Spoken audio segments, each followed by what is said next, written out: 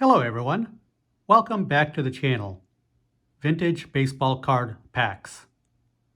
So today I have a short video for you, and instead of opening up a vintage baseball card pack, I want to show off some recent vintage card pickups that I made. I was looking online off the beaten path for baseball cards a little bit, and I came across a website called OfferUp. OfferUp is like a site kind of like Craigslist or Facebook Marketplace where people put lots of different things up for sale. And I found a guy locally that's looking to get rid of some of his baseball cards. So I set up a meeting, I went over to his house, and he had a bunch of cards there. The interesting thing he had was a whole bunch of 1965 graded PSA 8 cards. He must have had like 200, 250 cards, all PSA 8. A lot of them were all commons, but I went and looked through them, and I like to collect Hall of Fame players, and I found some Hall of Fame 1965 Topps PSA 8 cards.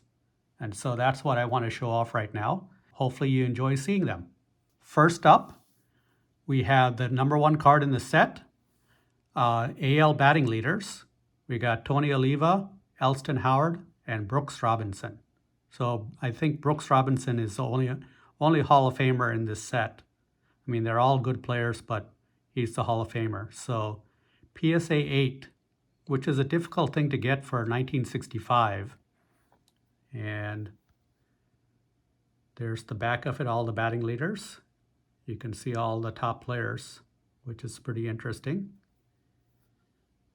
I heard a hint that someone was saying that when you collect vintage cards, if you can get a PSA grade 1 above the decade, you're doing pretty good. So 1965, so for a 1965 card, if you can get a PSA 7, that's a pretty good benchmark that you can use. So this is actually PSA 8, so nice one.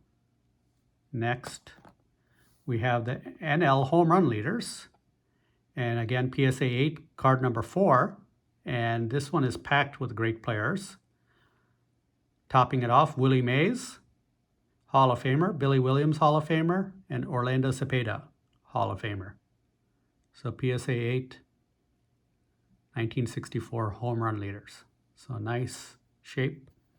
And again, on the back, it shows you all the home run leaders for that year. So pretty cool card. Pretty cool. I like how the leaders cards have the top people on the back, the full list. So there you go. And the third and final leaders card is pitching, card number 10. We have Al Jackson. I'm not sure. I don't know that name, but we got Juan Marichal and Ray Sadecki. So Juan Marichal, Hall of Famer. And then here's our pitching leaders, number of victories. So you can see 3 20-game winners that year.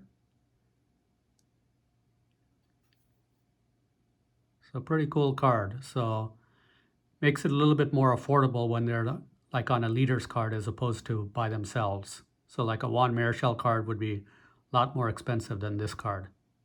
So pretty nice. Next, this is not a Hall of Famer, but I was just interested in him. Pretty good pitcher of his time, Jim Kaat. And I was looking at this card, and he actually had 2 of them. And I noticed Jim Kaat. And I was like, is that the same Jim Kaat that I know? And then I look on the back, Jim Kaat spelled correctly.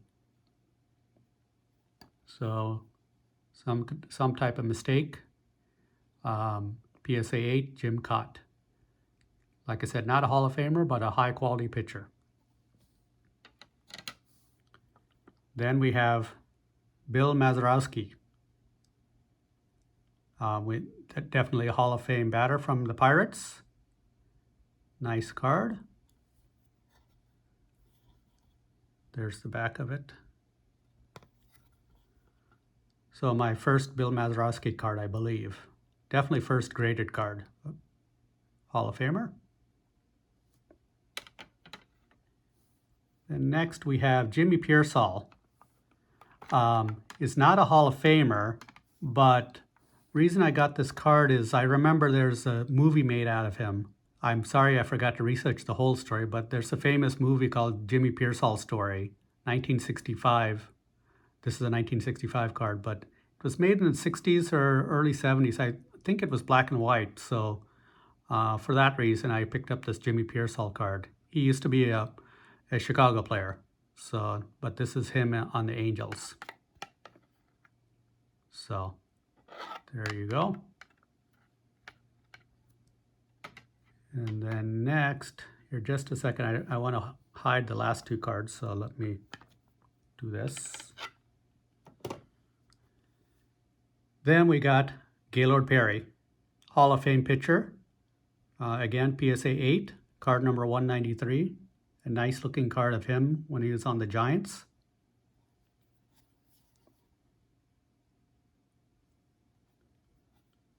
So I'm happy to pick up this Hall of Famer. So I have several Gaylord Perry cards, and I think it's a guy I think I'm going to try to collect more of. So Gaylord Perry. And so those are all the 1965 cards that I got from him. And then he had this other interesting card that it's almost the oldest Topps card you can get, but it's a common player. 1952 Leo Keeley. So the only reason I got this is because it's a 1952 card, and it's a pretty high grade, PSA 7. So having a PSA 7 for a 1952 card is pretty good.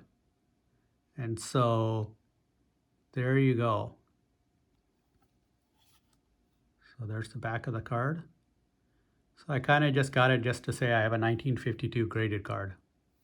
So, and then I knew about these vintage cards being a little bit bigger in size, but this is the first time I've seen them. So notice how that 1952 card is slightly bigger than 1965 card, which is more standard size for today. So that's interesting. So my first and only 1952 card as a graded PSA 7. You can see the centering is a little bit off. So that's one of the defects of it. Not sure what else is wrong with it, but PSA 7, so nice. And then lastly, I wanted to show off a card I got like 6 to 9 months ago at my local card shop. And it's a 1974 Goose Gossage. And as the sticker says, it was only $12. So I saw a PSA 8 Goose Gossage Hall of Famer. I remember him pitching a little bit when I was a little kid. And for $12, I thought that's a good value. So I picked up this card too. So I haven't shown it previously on the channel, so I thought I'd throw that in here today. So there you go. We have a PSA, we have a 1974, a 1952 card. And then we have, how many cards? We have 7, I think. 1, 2, 3, 4, 5, 6, 7, 1965, all PSA 8 cards, and including several Hall of Famers.